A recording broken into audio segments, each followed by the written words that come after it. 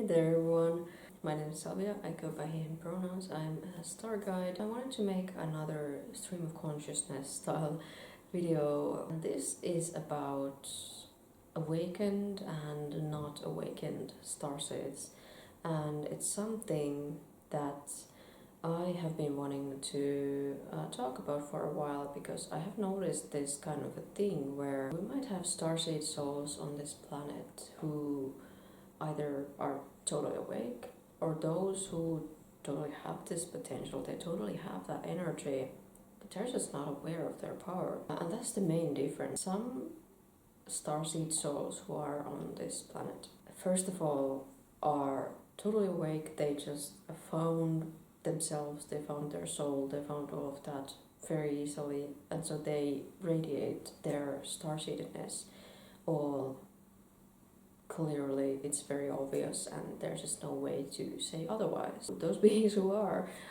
they most likely are psychic. They most likely even might have had psychic senses when they were children. You know, some of them didn't. Some of them maybe were more like myself, where they were, you know, into this stuff, where they knew how to manifest. They knew how to connect with God and stuff like that, but didn't necessarily have the psychic skills as of yet. Then there may be those who indeed were very connected to these things, or even had any of these mentioned before, but then they just didn't awaken at any point. Maybe they might be curious, they might be, aware that this type of thing is existing, that people actually do this, but then for that purpose, for these people, something somewhere along the line, they maybe got distracted, or they just didn't find themselves on this path for whatever reason. And in those cases, I do recognize this, that I can actually feel people's starseed energies, even before they have fully awakened to their power, where they might still be living a lot of this autopilot life, as I call it, the non-awakened, living in the matrix type of deal. And when that happens, that's when I would say that the starseed aspects, they are there, but this person just isn't aware. They're not awakened. I wanted to kind of talk about this because I don't think many people talk about this, and I also wanted to give some guidance for those who might be dealing with this. And the most important thing I can say here is that, it's not necessarily of the highest interest of all involved to try and force an awakening or try to make people awaken, because the spiritual awakenings, they are things that they do happen to people, and we have to let them happen in the way they are meant to happen, not in a way that is forced or too soon. Like, we have to make sure that people wake up when they are supposed to wake up and not force it. And I think some people might have taken the mission a little bit wrongly in that sense, right? Where they kind of may feel like they just have to awaken people, where they have to force people to wake up. And even the wake up itself is not the whole journey, right? You have to get out of bed also. and then just move on with your day, move on with your journey, right? And the awakening is just the first part. And if we fixate on the awakening, we miss the point. We miss the point, because then we're no longer talking about living the life, we're just talking about waking up. And I think that's an important part of this discussion. We have to understand that there is more to the journey, and we have to be really careful to not to push an awakening on somebody who is just not ready to handle it, or who isn't ready for the whole journey. And even if somebody does want to wake up, it shouldn't be forced either. We need to be just aware that these people, these beings who might want the awakening, why do they want that?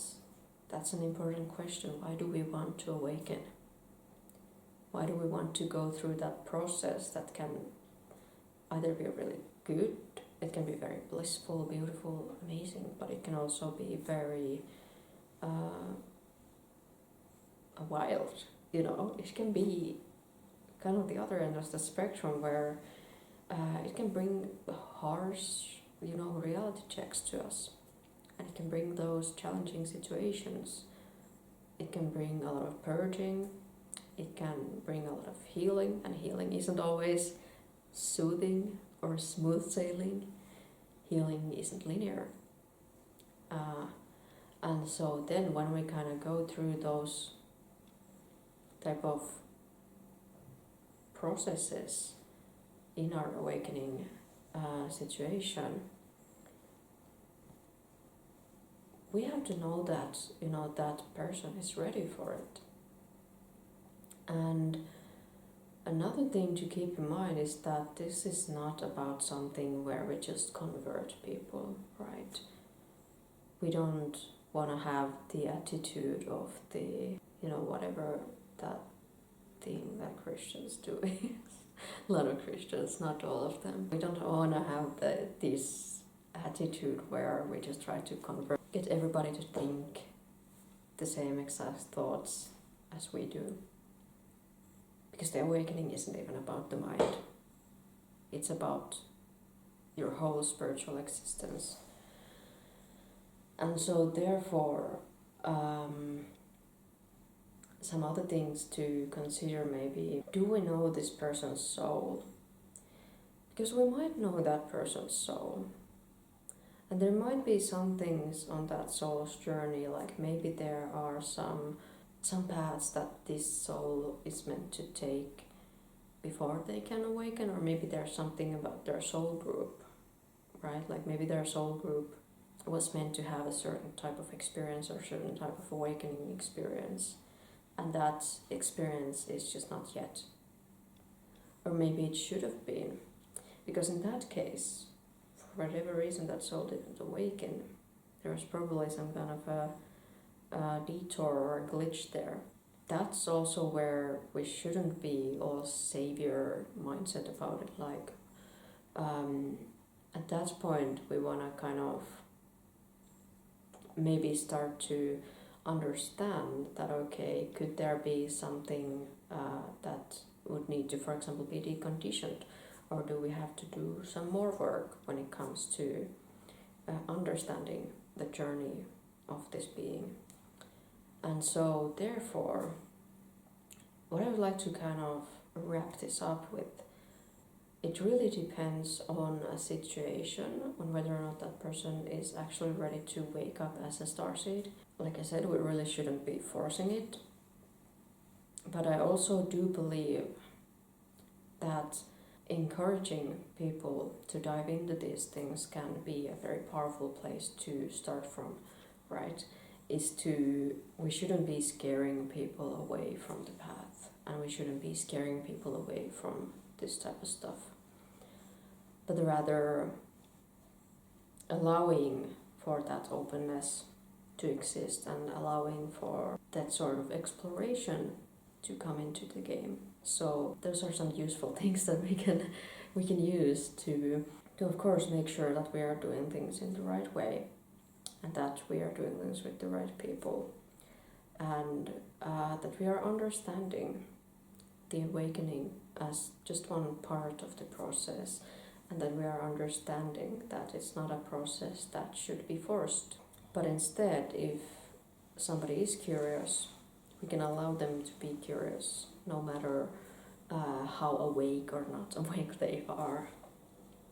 And again, take responsibility of what type of methods we are using to get people into this stuff, and how we can best work with the highest interest of all concerned in mind. I hope you got something good out of this. I hope this helps. Maybe you will understand why some people are the way they are. Maybe you understand why some people are different. Thank you so much, and I'll see you soon. Stay inspiring.